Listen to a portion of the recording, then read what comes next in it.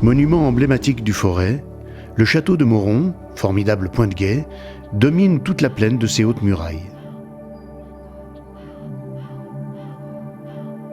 Situé sur le seul petit dôme volcanique de la rive droite de la Loire, il a été construit à un endroit stratégique.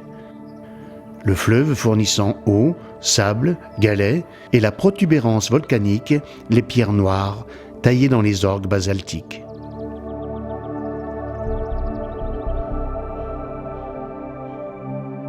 Il faut attendre l'écriture des chartres du Forêt pour trouver en 1202 le nom de Montis Rotundi. Les chartes nous apprennent que le comte du Forêt possède sur ce mont rond une tour. En 1302, le comte Jean Ier échange avec Artaud, seigneur de Saint-Germain, la tour et les terres de Mauron. Artaud obtient le droit de bâtir un château fort, de rendre la justice, de recevoir taxes et impôts qui y sont liés.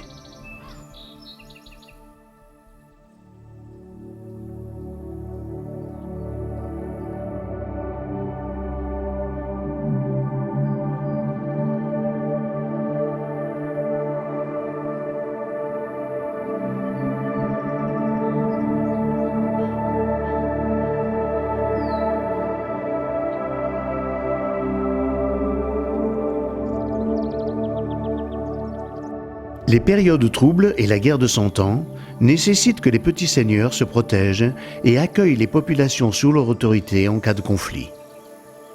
Un chemin de ronde, de 240 mètres de long, est alors érigé autour des murailles et 2 poternes permettent aux vilains de se réfugier dans la basse-cour.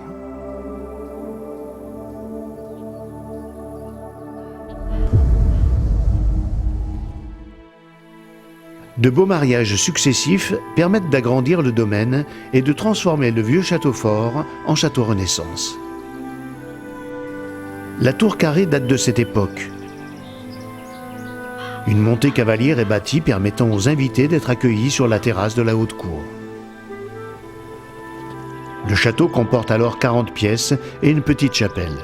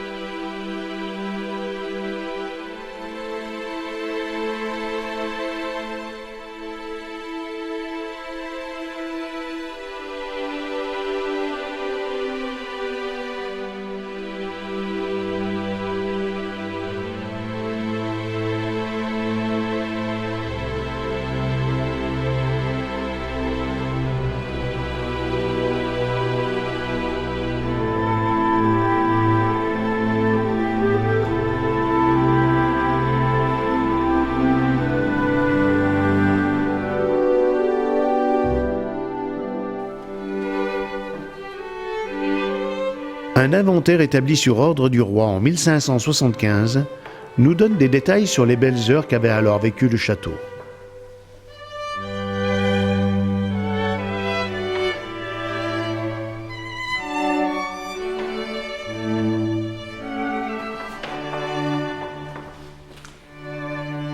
Au XVIIe et XVIIIe siècle, les seigneurs vivent une vie tranquille de gentilshommes campagnards. Le village de Mauron se crée et s'étend au pied du château. La Révolution française achève l'épopée du château de Mauron. Javogue, député révolutionnaire et sa troupe, pétarde le château en septembre 1793. Les boulets chauffés à la grille embrasent la toiture. Les 3 étages s'effondrent dans l'incendie. Ils ne seront jamais restaurés.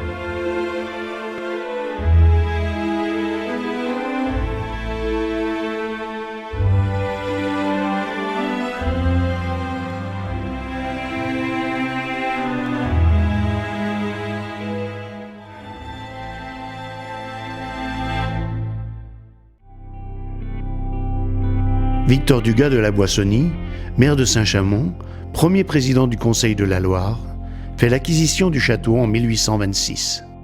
Dans l'enceinte de la forteresse, une ferme sera exploitée jusqu'en 1969, date à laquelle 4 valeureux notables morondais sauvent le château de la ruine en créant l'association Les Amis du Château. Les chantiers Concordia et l'armée prêteront main forte pour assurer la survie des lieux inscrits à l'inventaire des monuments historiques.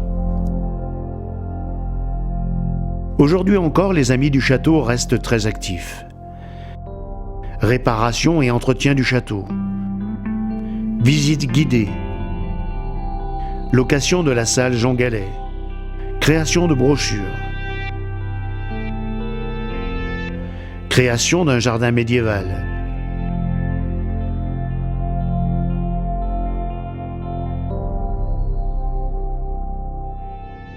Organisation d'un concours de poésie. Gestion et animation du musée postal. Organisation de fêtes médiévales. Visites nocturnes. Par leurs multiples actions, les Amis du Château redonnent vie à ce lieu chargé d'histoire et s'emploient à faire vivre encore longtemps la forteresse forésienne.